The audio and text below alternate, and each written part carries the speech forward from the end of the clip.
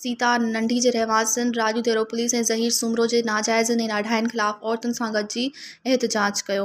अॻवाननि शफ़ीक मोहम्मद, हाकिम सोलंकी, असद अली, फिदा हुसैन ऐं मोहम्मद नवाज़ मीडिया अॻियां ताहींदे चयो त असांजी अपील आहे SSP दादू साहब ऐं DIG साहब खे कोर्ट सगोरीअ खे त बाअक्सर माण्हुनि खां जान छॾाई वञे ऐं असांजी इन ज़ुल्म खां ख़तमु कयो वञे। असांजे बचड़नि सां बीठा आहियूं, असांखे साल सदियूं गुज़री आहिनि हिते असां वेठल आहियूं। असां ग़रीब मिसकिन माण्हू आहियूं, पोरियो कयो अथऊं।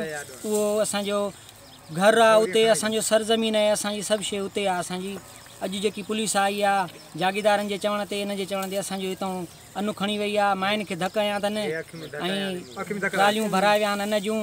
हे अखि में धक हयां अथनि मूंखे। तो साईं असां अपील था कयूं त बाअक्सर हिन माण्हू खे असांजी जान छॾाई वञे बसि। सर असांजी ज़मीनूं असांजे दर जे आॾो आहिनि, असांजो आसास आहे। असां उते पंहिंजो पोखरा कयूं था थोरो घणो टुकड़ो। पुलिस आई आहे, असांजे भञड्रा करे असांजी तयारु थियो आहे फ़सुलु। असां लुणी रखियो आहे त असांजी पुलिस फ़सुलु खणी वई आहे। ट्रालियूं 3 ट्रालियूं हितां भराए करे खणी वई आहे।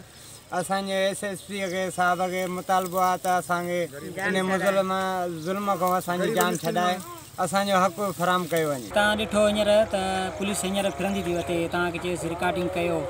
असांखे जानी माली नुक़सानु आहे। असांजी अपील आहे SSP दादू साहब खे त असांजी वार कई वञे ऐं असांजी हिननि मां जान छॾाई वञे। तहफ़ुज़ खपे असांखे। 4-5 दफ़ा असांखे सुबुह पुलिस आई आहे।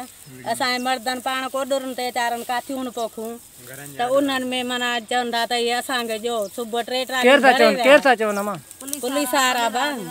पुलिस वारा वॾेरनि जे चवण ते असांजे माना घरनि जे भरिसां पोखूं। 3 ट्रालियूं खणी आहिनि, 3 ट्रालियूं खणी विया आहिनि बा, 3 भरे आहिनि भरे विया आहिनि वल जूं। त असां अचे पहुताऊं पंहिंजनि ते त असांखे धक हयां अथनि, थेला ॾिना अथनि। पाण भॼी आहे, असांजो बीहो त भरनव न। भाऊ असांजी पुलिस घर घिरी आहे, असांजे फ़सुलु आबाद थियल ज़ोरीअ पुलिस खणी वई आहे। असांखे धमकियूं ॾेई वई त असां वरी ईंदासीं, खणी ईंदासीं। असांजे मर्दनि खे था ज़ोरी अचे ॿधनि, असां सां विड़िया आहिनि, धक हणी आहिनि, असां सां नाजाइज़ी था कनि। त तव्हां फ़सुलु इहो सभु असांखे ॾियो मेड़े चूंडे सेठियुनि वॾेरनि जे चवण ते।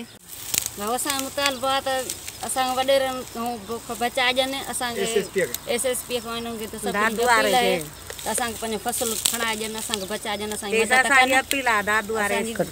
अपील अथनि। मज़ीद ख़बरनि ऐं तफ़सीलात लाइ विज़िट कयो असांजी वेबसाइट www.awamiNewsHD.com ऐं ॾिसंदा रहो अवामी न्यूज़ HD।